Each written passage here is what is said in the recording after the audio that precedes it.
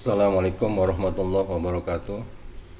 Alhamdulillah pada kesempatan hari ini, yaitu pertemuan ke-19 dan ke-20 mata kuliah akuntansi dasar, kita bisa kembali lagi dalam keadaan sehat walafiat.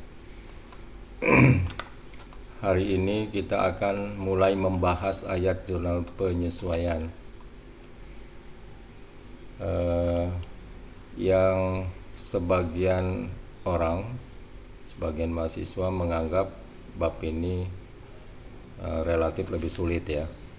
Tapi sekalipun banyak yang mengatakan ini lebih sulit, tetap saja ayat jurnal umum atau analisis transaksinya yang paling penting di dalam akuntansi dasar. Tapi untuk menyelesaikan laporan keuangan kita membutuhkan ayat jurnal penyesuaian.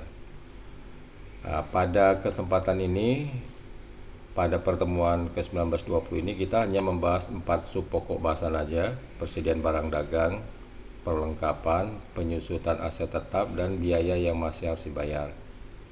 Ada beberapa yang lainnya nanti akan dijelaskan, akan dibahas pertemuan berikutnya gitu ya.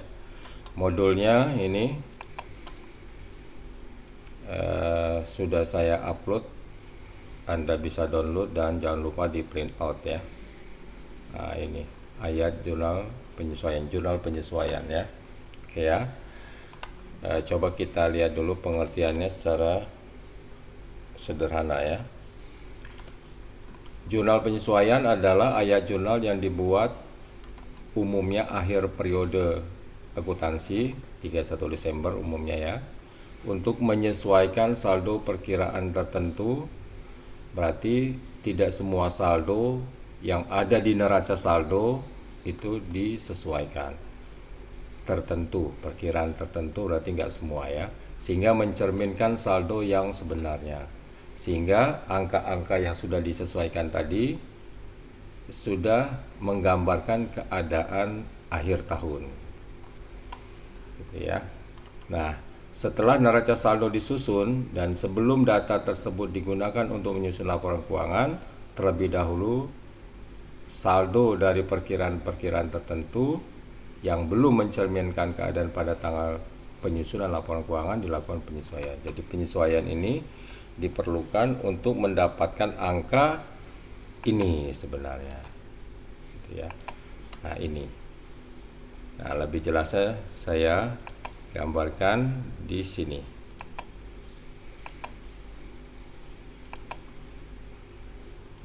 Nah, di sini. Gitu ya. Coba Anda perhatikan, kita sudah membahas yang ini. Ini setengah siklus sudah ya.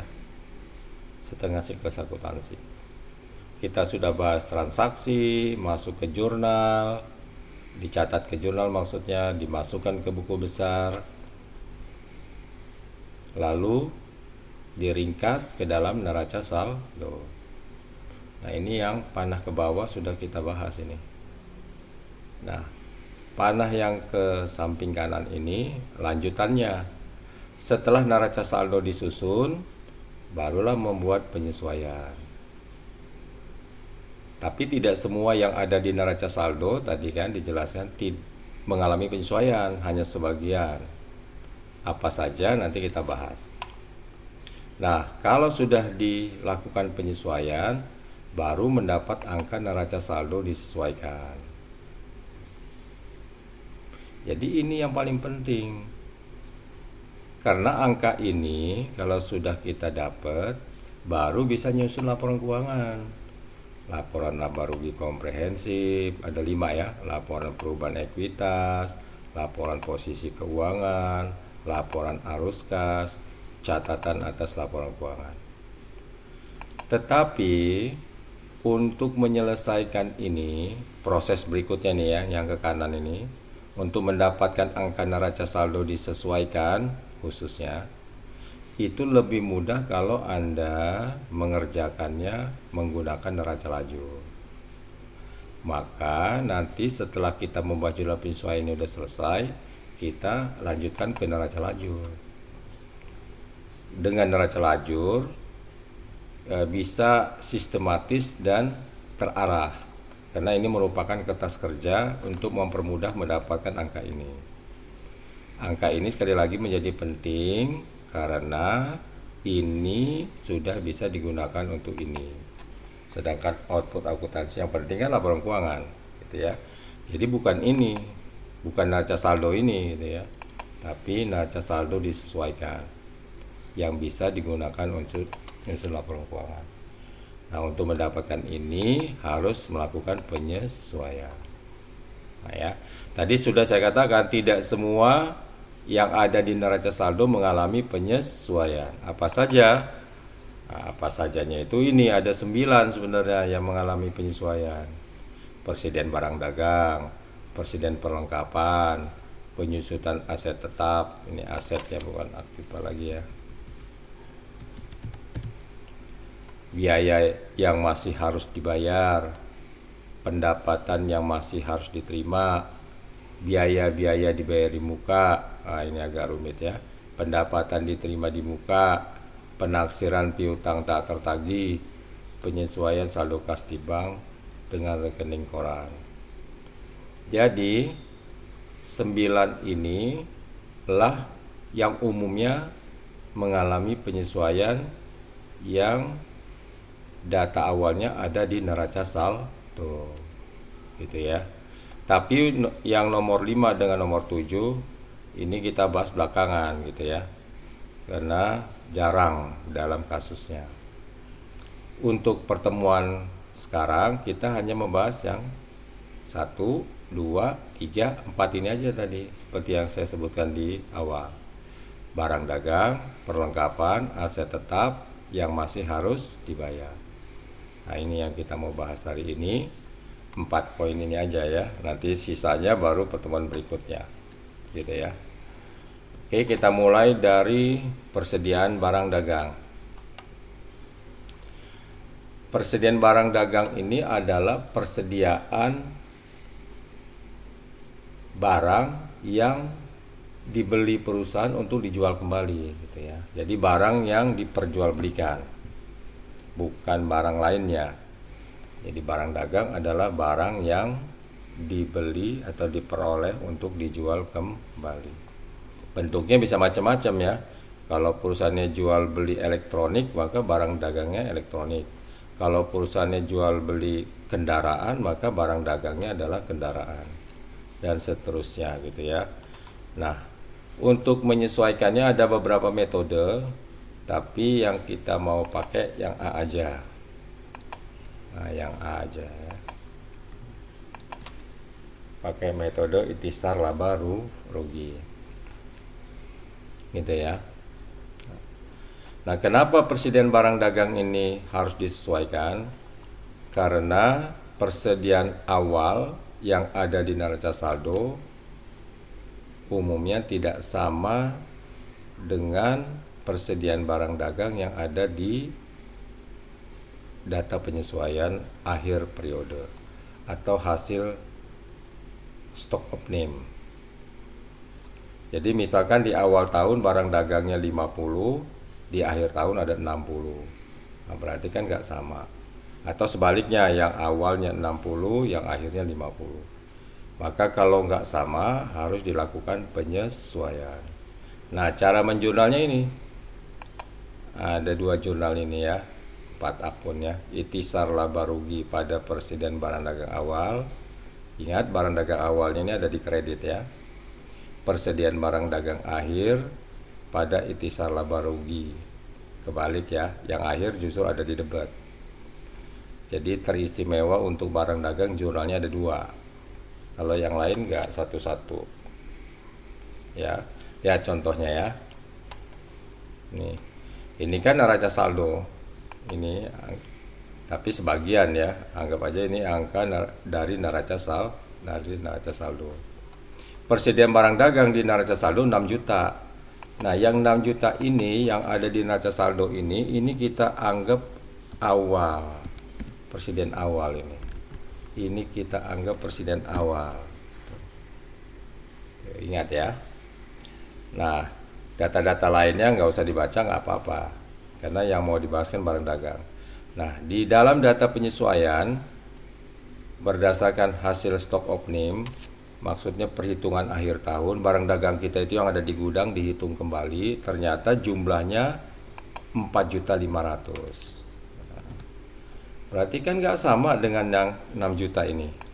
Nah, ini kan nggak sama nih. Awalnya 6 juta, akhirnya 4.500.000. Ini yang akhir dianggap. Nah, gitu. Berarti karena nggak sama harus dilakukan penyesuaian. Nah, sesuai dengan format jurnalnya tadi ini, yang ini tadi, maka jawabannya ini. Nah, ini jawabannya. Itisar laba rugi 6 juta pada persediaan barang dagang awal 6 juta, ya kan? Ingat yang awal ada di sebelah kredit. Itisar laba ruginya ngikut ya.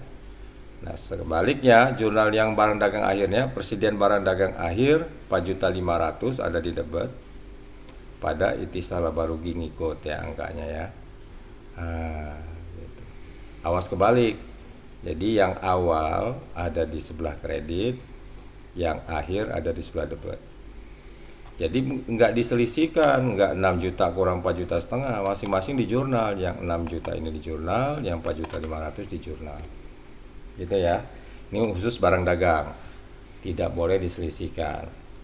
Jadi yang awal ini maksudnya, jurnal yang pertama ini maksudnya untuk menghapus persediaan awal. Sedangkan yang jurnal yang kedua ini untuk mencatat persediaan akhir. Itu ya. Oke ya. Saya rasa nggak begitu rumit ya, bisa dipahami. Yang kedua yang mau kita bahas adalah persediaan perlengkapan. Nah, persediaan perlengkapan beda dengan persediaan barang dagang. Kalau barang dagang kan tadi dibeli untuk dijual kembali. Kalau perlengkapan apa saja bentuknya yang dibeli untuk dipakai, tapi umurnya tidak lebih dari 1 tahun. Contoh kertas, penggaris, tinta, pembungkus ya, atau ATK, alat tulis kantor. Jadi seluruh harta perusahaan yang dipakai sehari-hari tapi umurnya pendek itu kurang dari 1 tahun ya, maka kita sebut perlengkapan. Biasanya ada di toko dan ada di kantor. Nah, cara menjurnalnya ini cuma 1, nggak kayak barang dagang ya, ada 2. Ini ada 1 aja, beban perlengkapan pada perlengkapan. Jadi kalau lupa jurnal perlengkapan ini di poin 2 ini ya. Nah, lihat contohnya. Di neraca saldo ada perlengkapan toko 300.000 ini. Ada juga perlengkapan kantor 500.000. Ya, jadi ada di toko, sebagian ada di kantor. Menurut data penyesuaian, ini kan menurut data neraca saldo yang awal ya. Tapi kan sudah melalui proses, maka dihitunglah nilai perlengkapan toko, ternyata yang masih ada 200.000. Berarti yang semula 300.000 ini sekarang tinggal 200 gitu. Kemana yang 100? Nah, itu yang disebut dengan terpakai. Maka jurnal perlengkapan ini adalah tujuannya mencatat ini, perlengkapan yang terpakai. Ingat tuh ya, mencatat perlengkapan yang terpakai. Nah, kalau kita praktekkan menurut data ini, berapa jumlah terpakainya untuk perlengkapan toko? Tadinya 300, terakhir 200.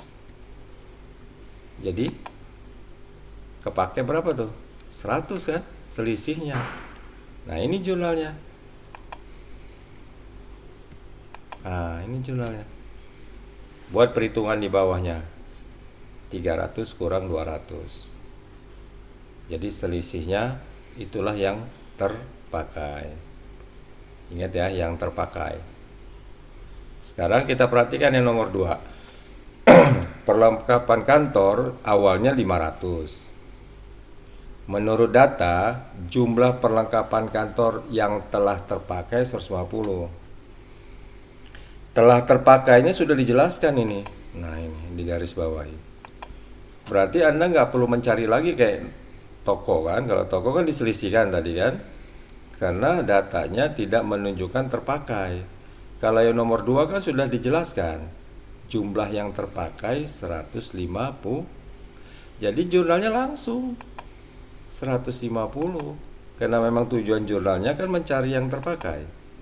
Sedangkan yang terpakainya sudah diketahui. Berarti Anda nggak perlu lagi mencarinya. Nah, beda ya kalimatnya kan, nomor 1 dengan nomor 2. Kalau nomor 1 yang toko ini kan nggak ada kata terpakai, jadi diselisihkan. Kalau yang nomor 2 sudah ada kata terpakai, jadi langsung gitu ya. Nah, itu membedakannya. Jelas ya bedanya ya. Jangan selalu diselisihkan. Nanti kalau Anda selisihkan 500 dikurang 150 kan jadi salah. 350 harus ini. Oke ya. Jadi bedanya di situ. Mahasiswa yang nggak teliti ini sering salahnya di sini ya. Tidak bisa membedakan antara contoh 1 dengan contoh 2. Tapi bukan berarti kalau toko pasti diselisihkan, kalau kantor tidak diselisihkan. Bisa aja kebalikannya. Yang kantor yang diselisihkan, yang toko yang tidak, atau semuanya diselisihkan, atau semuanya tidak diselisihkan. Jadi lihat kalimatnya aja ya. Maka menjadi sangat penting memahami kalimat yang ada di data penyesuaian. Itu makanya sering orang mengalami kesulitan belajar jurnal penyesuaian karena kita harus memahami teksnya ya, kalimatnya.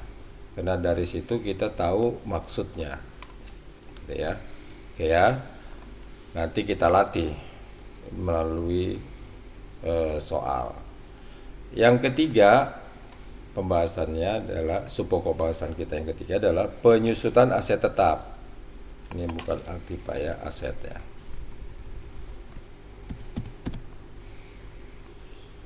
Jadi yang mengalami penyusutan itu aset tetap. Kalau aset lancar tidak mengalami penyusutan. Contohnya perlengkapan ini kan aset juga, tapi dia kan aset lancar ini. Maka ini bukan mengalami penyusutan, tapi habis terpakai. Nah, seperti ini tadi ya. Kalau aset tetap, dia mengalami penyusutan. Apa aja aset tetap yang sudah kita pernah bahas di laporan keuangan bab pertama? Masih ingat kan? Gedung, ya kan? Kendaraan, peralatan, nah, mesin gitu ya. Nah, itu kalau lupa buka lagi bab laporan keuangan. Tanah termasuk, tapi tanah tidak mengalami penyusutan. Satu-satunya aset tetap yang tidak mengalami penyusutan adalah tanah ya. Nah, cara menjurnalnya gimana? Kayak gini. Ini beban penyusutan pada akumulasi penyusutan. Titik-titik ini nama asetnya. Jadi kalau gedung, beban penyusutan gedung pada akumulasi penyusutan gedung. Nilainya berapa? Ya sebesar susut 1 periode, 1 tahun. Harus dihitung. Nanti kita lihat contohnya. Ya. Tapi jurnalnya seperti ini. Cukup 1 jurnalnya. Tapi ingat ya, ini nama asetnya titik-titik ini. Bisa gedung, bisa peralatan, bisa kendaraan gitu ya. Oke ya, kita lihat contohnya. Di neraca saldo kita punya gedung dengan harga pokok 50 juta. Sudah pernah susut 5 juta karena kan sudah dipakai gedungnya. Peralatan harga pokoknya 10 juta. Nah, ini peralatan maksudnya ya. Inventaris ini sama dengan peralatan, tapi kita ganti aja. Nah,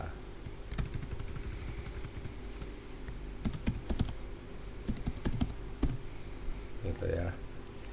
Terus kendaraan harga pokoknya 25 juta. Dia belum punya akumulasi penyusutan karena dianggap masih baru, bukan tidak susut, tapi karena masih baru belum mengalami penyusutan. Nah, ini aset tetap kita, ada gedung, ada peralatan, ada kendaraan. Nah, gimana cara menghitung penyusutannya? Nah, baca data penyesuaiannya. Ya. Baca data penyesuaiannya, apa maunya, apa kebijakan perusahaan dalam menentukan penyusutan atau ketentuannya seperti apa gitu ya. Kita lihat nomor 1 ya, gedung disusutkan 5% dari harga pokok. Harga pokok atau harga perolehan ya. Harga pokok gedung yang mana? Ya ini, yang 50 juta ini. Bukan yang 5 juta ya, yang 50 juta ini, yang melekat di nama asetnya. Nah, berarti 5% dikali 50 juta ini. Gitu kan? Nah, ini jurnalnya di bawahnya nih nomor 1 ya. Kita langsung lihat dulu ya. Beban penyusutan gedung pada akumulasi penyusutan gedung 5% kali 50 juta. Hasilnya ini 2.500.000. Hasilnya langsung aja taruh di jurnalnya. Gitu ya. Nah, kalau Anda perhatikan kolom jurnal penyesuaian sama dengan kolom jurnal umum ya. Gitu ya. Kolomnya sama, format kolomnya. Nah, sekarang yang nomor 2 kita perhatikan, peralatan susut 20% dari nilai buku. Ya, ini beda lagi kalau nilai buku nih. Kalau tadi kan harga pokok nih. Nah, beda. Kebetulan kebijakan perusahaan untuk peralatan ditetapkan 20% dari nilai buku. Nilai buku itu yang mana? Ini kan peralatan harga pokoknya 10 juta. Atau ini ya 10 juta ini ya. Bukan 20% kali 10 juta. Kalau 20% kali 10 juta itu namanya harga pokok, bukan nilai buku. Nilai buku itu 10 juta ini setelah dikurangi dulu dengan 2 juta. Berarti nilai bukunya berapa nih? 8 juta. Nah, ini dia perhitungannya. Ini jurnalnya kan ya. Tinggal dirubah namanya aja kan. Kalau tadi gedung, ini peralatan. Ya. 20% kali 8 juta. 8 jutanya ini ada di dalam kurung ini. Nah, benar nggak? Jadi dikurang dulu baru dikali. Dikurang dengan akumulasi penyusutannya. 10 kurang 2. 10 kurang 2 ya. Tapi kalau gedung nggak dikurangi karena dari harga pokok langsung 50. Itu bedanya. Awas, nggak teliti. Tapi kalau nanti suatu saat peralatan disusutkan 20% dari harga pokok, berarti langsung 20% kali 10 juta. Gitu ya. Tergantung kebijakan perusahaannya. Gitu ya kan, bisa beda-beda. Oke ya, paham ya. Kalau nilai buku dikurang dulu baru dikali. Jangan dikali dulu baru dikurang. Nah, inilah teknisnya kayak gini ya, Anda bisa lihat. Hasilnya 1.600.000. Nah, sekarang yang ketiga, kendaraan disusutkan dengan menggunakan metode garis lurus. Nah, ini metodenya lain lagi. Kebijakan perusahaannya pakai garis lurus. Nanti ini metode penyusutan ini akan lebih dalam kita bahas di akuntansi menengah dengan tingkat kerumitan yang cukup tinggi ya. Diketahui umur ekonomis 8 tahun, umur pemakaian yang layak ya. Nilai sisanya, nilai residunya 5 juta. Kalau Anda susah memahami kata nilai sisa atau nilai residu, bayangkan aja nilai bekas kendaraan setelah dipakai 8 tahun tuh nilainya berapa? Kira-kira lakunya gitu. Setelah dipakai 8 tahun, ternyata kendaraan ini masih bisa laku 5 juta. Ditaksir gitu ya. Nah, maka tidak semua harta punya nilai sisa. Kalau dianggap tidak laku lagi setelah 8 tahun pakai, ya berarti nggak ada nilai sisa, 0 gitu ya. Kalau kendaraan ini dianggap masih punya nilai, walaupun sudah dipakai 8 tahun nantinya gitu ya. Nah gitu ya, jadi harga pokoknya 25 juta, nilai sisanya 5 juta gitu ya. Nah, bagaimana menyusutkannya? Nah, jurnalnya dulu ya. Jurnalnya ini sama aja sebenarnya, beda ujung aja kan, kendaraan. Kalau tadi ini gedung, ini peralatan, ini kendaraan. Akumulasi. Yang kebalik ya, beban penyusutan kendaraan, akumulasi penyusutan kendaraan. Nggak boleh ada yang tinggal nih, kata penyusutannya, bebannya, akumulasinya, dan kendaraannya. Nah, sekarang ini metodenya. Metode garis lurus itu adalah 25 dikurang 5. Berarti harga pokok dikurang nilai sisa. Harga pokok dikurang nilai sisa. Baru dibagi umur. Harga pokok dikurang nilai sisa dibagi umur. Jadi pengurangnya adalah nilai sisa atau nilai residu. Kalaupun kendaraan ini punya akumulasi penyusutan di bawahnya, nggak berpengaruh. Kalau nilai sisanya nggak disebutkan, dianggap 0. Berarti 25 kurang 0. Gitu ya. Karena dia nyebut 5 juta, berarti pengurangnya 5 juta. Baru dibagi umurnya 8. Jadi ciri metode garis lurus itu nyebut umur ekonomis ini dia. Kalau dalam satu data nyebut umur ekonomis, berarti dia pakai metode garis lurus gitu ya. Kalau nyebut persen, hati-hati, bisa dari harga pokok, bisa dari nilai buku. Kalau nggak disebut persennya itu dari harga pokok atau dari nilai buku, dianggap dari harga pokok gitu ya. Nah, setelah Anda kurang dibagi 8, pencet kalkulator, hasilnya ini gitu ya. Jadi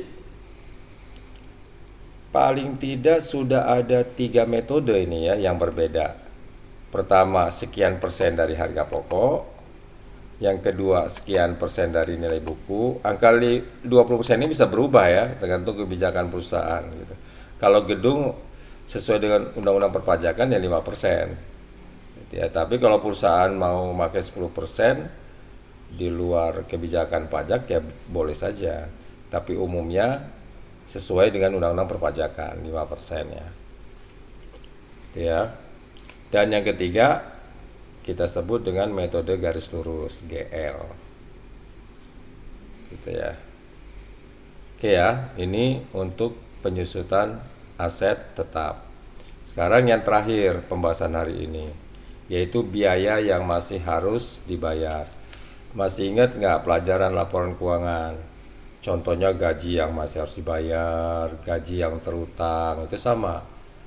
Apalagi pajak yang masih harus dibayar, pajak yang terutang, itu sama. Apalagi biasanya bunga yang masih harus dibayar atau bunga yang terutang, itu juga sama. Nah, biasanya yang terutang atau yang masih harus dibayar ini terjadi di gaji, di pajak, di bunga gitu ya, listrik yang bayarnya di belakang ya. Jadi umumnya biaya-biaya yang dibayar di belakang, artinya kita menikmatinya dulu baru bayar, bisa terjadi kasus yang masih harus dibayar, YMH yang masih harus dibayar. Ini jurnalnya ya. Nah, ini format jurnalnya. Sebesar biaya yang belum dibayar. Sebesar biaya yang belum dibayar. Gitu. Yuk kita lihat contohnya ya. Ini jurnalnya ya. Titik-titik ini nama biayanya, nama bebannya. Jadi kalau gaji, beban gaji pada gaji yang masih harus dibayar. Gitu ya. Oke ya, kita lihat contohnya ya. Ada utang obligasi di neraca saldo 50 juta. Utang jangka panjang ini ya, liabilitas jangka panjang. Ada beban gaji 5 juta, ada pajak 4.500.000. Ini angka-angka ini ada di neraca saldo ya. Gitu. Kita anggap begitu ya. Walaupun ini susunannya enggak lengkap ya. Seperti layaknya neraca saldo yang lengkap ya.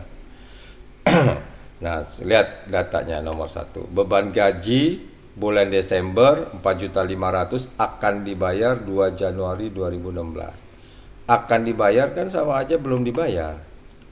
Nah, sesuai dengan penjelasan ya kan, belum dibayar itulah yang di jurnal.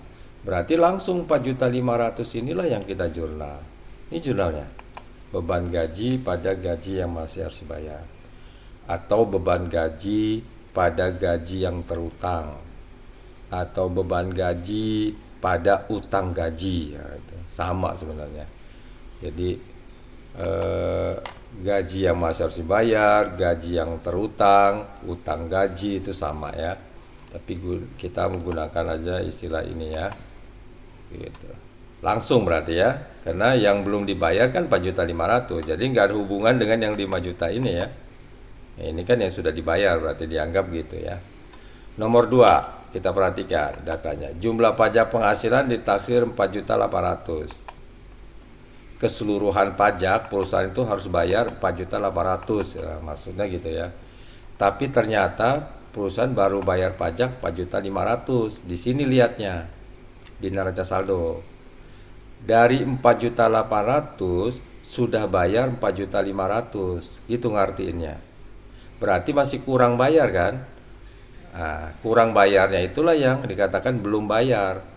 Belum bayar atas kekurangannya gitu kan. 300.000 berarti kan?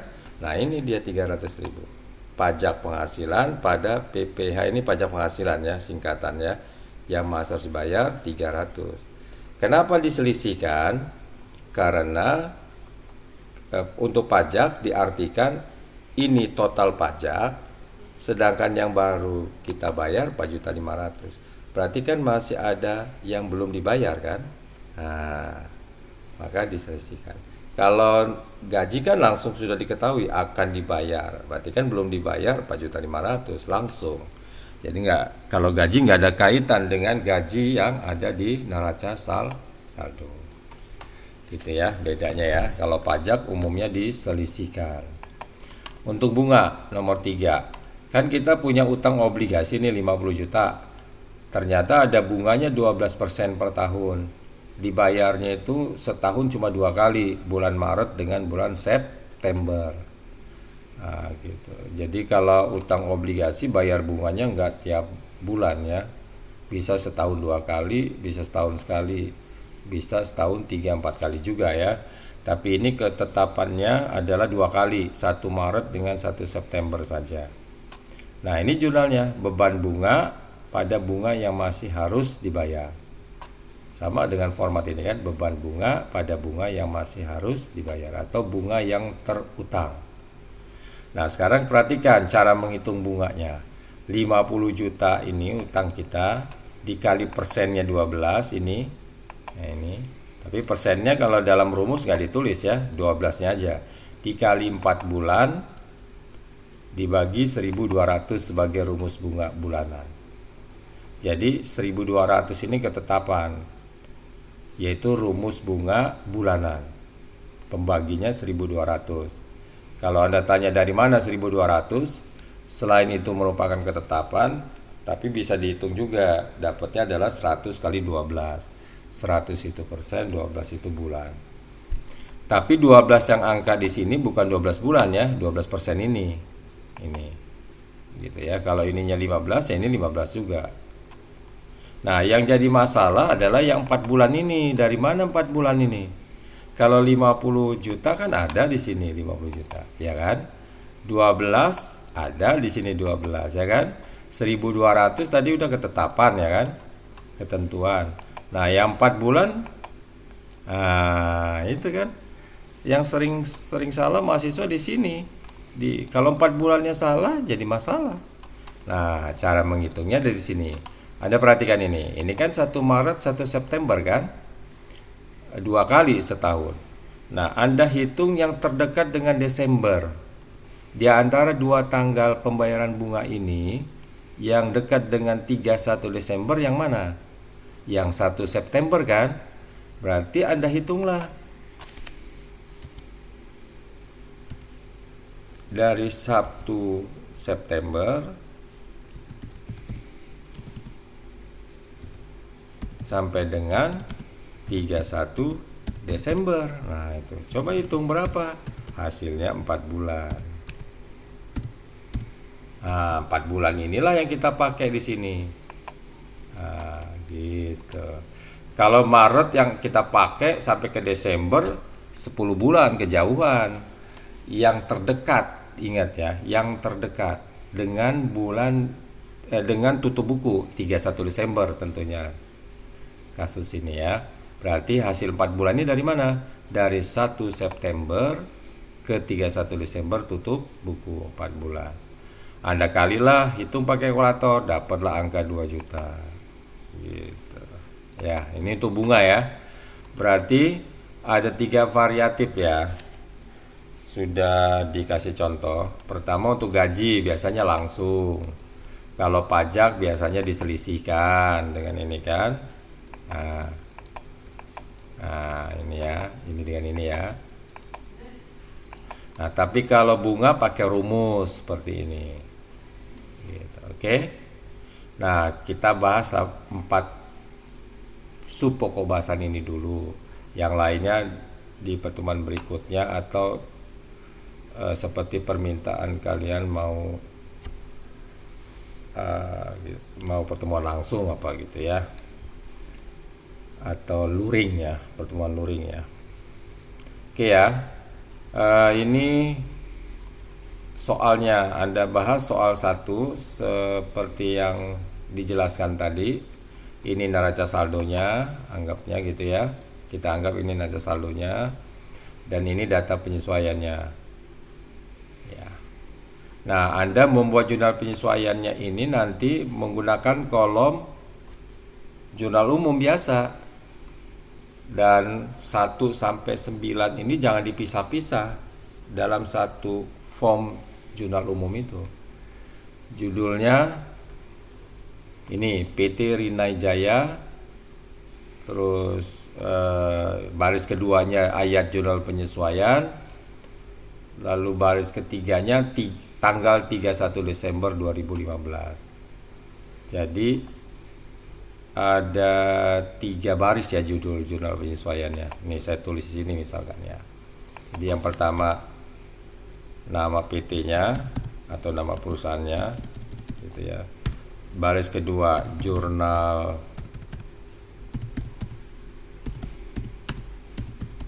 penyesuaian ini ya. Baris ketiga tanggalnya 31 Desember 2000 berapa. Gitu. Baru kolom jurnal umum seperti biasa kan, apa tanggal dulu ya kan, apalagi akun dan keterangan ya kan, apalagi ref, walaupun gak diisi refnya ya dalam jurnal penyesuaiannya. Itu apalagi debit, apalagi lagi kredit gitu ya. Nah, ini formatnya kayak gini nanti Anda buatnya. 1 sampai 10. Nah, tanggalnya di sini Anda isi nomor urutnya tadi. 1, 2, 3 sampai 10 tadi ya. Sampai berapa tadi? Sampai 9. Ada 9 ya. Kenapa diganti dengan nomor urut? Karena tanggal 31 Desember sudah ada di atas. Jadi tanggal ini sekarang berubah menjadi nomor urut gitu ya. Atau kalau dia abjad A B C D gitu seterusnya ya. Oke. Seperti ini nanti menyelesaikannya. Nah, saya bantu kelompoknya aja di sini ya. Kalau nomor 1 ini udah jelas ya tentang persediaan barang dagang. Oke ya. Nah, nomor 2 dengan nomor 3 ini tentang perlengkapan. Ya kan yang kita bahas tadi kan. Nah, sedangkan yang nomor 4 sampai nomor 6 ini tentang penyusutan aset tetap. Juga udah kita bahas tadi kan. Sedangkan nomor 7 sampai nomor 9 ini tentang beban yang masih harus dibayar. Berarti 9 transaksi jurnal penyesuaian ini sudah kita bahas semua tadi di 4 poin tadi ya. Nah, Anda coba dulu, bila ada kesulitan langsung aja ditanyakan.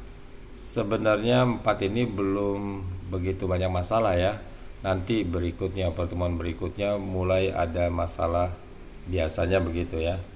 Nah, tapi kalau ada masalah langsung ditanyakan aja, jangan sungkan-sungkan. Kalau ada mahasiswa yang bilang berkali-kali bertanya, nggak apa-apa toh Pak, ya nggak apa-apa, malah lebih bagus ya, artinya Anda mau tahu.